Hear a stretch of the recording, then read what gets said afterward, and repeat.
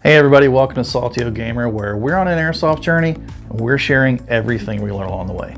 Today we're looking at the ASG Steyr M9-A1.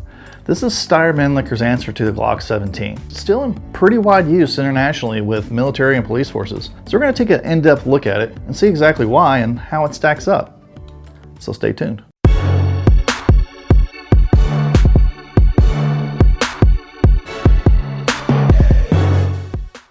Hey everybody, welcome. So this is the ASG Steyr M9-A1, and this is Steyr Mannlicher's answer to the Glock 17, which came to popularity in the early 90s.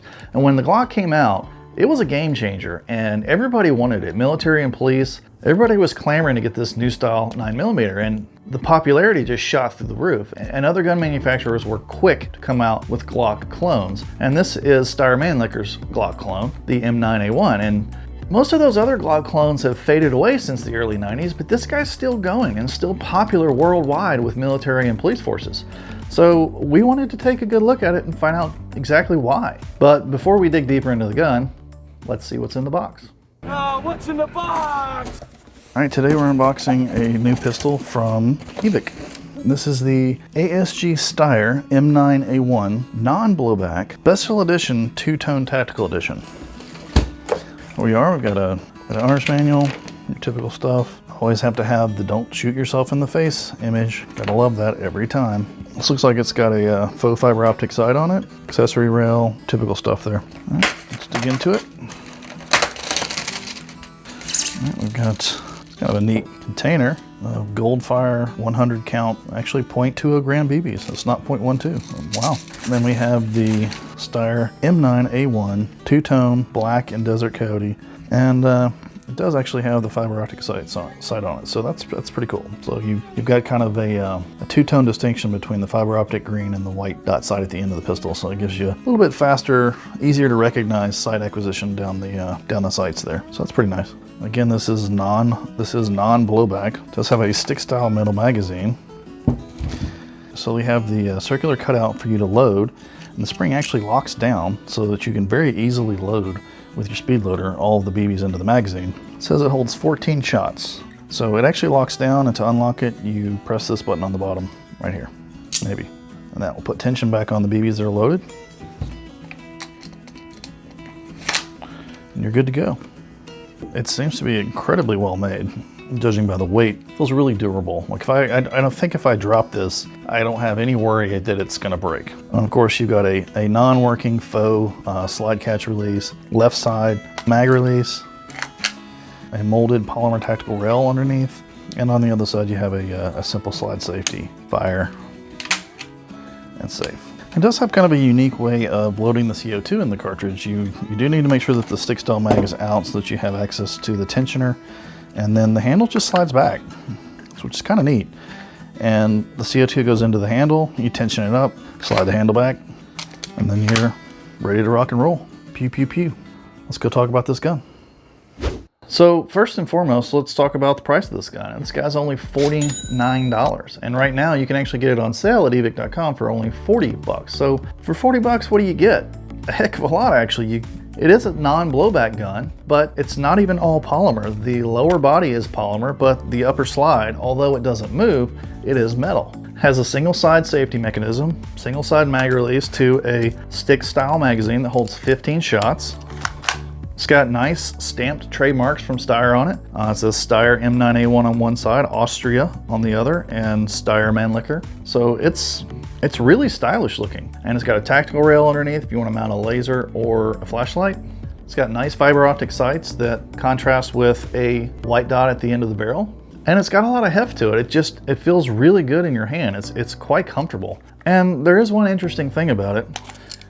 To put the CO2 in, it has a slide on the handle. So you slide the handle back and then the CO2 goes right in the handle like that. No need for a tool. It's got the screw mechanism right here integrated with the gun. Pretty neat feature. So it's a really uncomplicated gun. It just looks really good, feels really good. But I know you want to know, how does it perform? So let's go find out right now. There was an unusually high amount of variation in this gun when we first started shooting it, and it even read 900 feet per second at one point in time, but then it settled down to shooting between 420 and 440.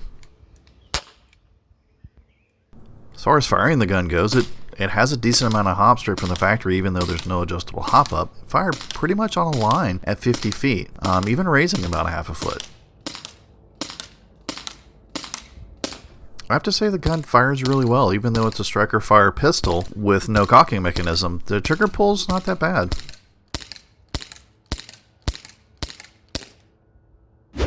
So, you know, for a gun without a hop up, it's shooting pretty darn good. It's actually got a little bit of a rise to it at about 50 feet. You gotta kind of aim down about half a foot to hit what you're aiming at, which would make it have a little bit better distance, but I still think you're probably limited to about 75 feet with any real accuracy. And that begs the question, why manufacture a pistol without a hop up that can't be adjusted with an effective range of 75 feet or less that shoots as hard as this gun shoots? I mean, as you saw, this gun is shooting between 420 and 440 feet per second. I mean, that's illegal on any field, anywhere. And you know, when I unpackaged this gun and I was looking at it, you know, I gotta admit, I fell in love with the way that this gun looks and the way that it feels when I was taking it out of the box and I was looking at all the components and playing with all the switches, getting ready to do the unboxing and the video review. You know, to me, in my personal opinion, this is probably the best looking pistol I own, and it just feels really, really good. This very easily could have become my daily carry for airsoft, but at 420 to 440 feet per second, I can't even take it to the field. I mean, basically what you've got here is a really cool looking replica of a Steyr M9-A1 paperweight.